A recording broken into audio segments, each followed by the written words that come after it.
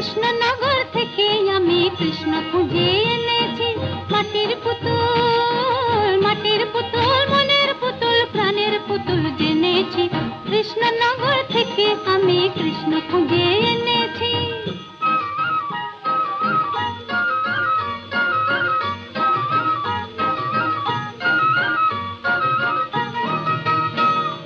পটের ছবি আঁকা, বাদাম রঙে ঢাকা,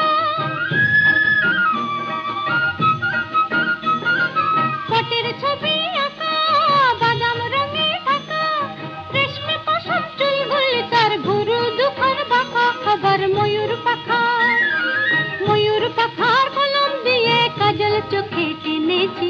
কৃষ্ণনগর থেকে আমি কৃষ্ণ খুঁজে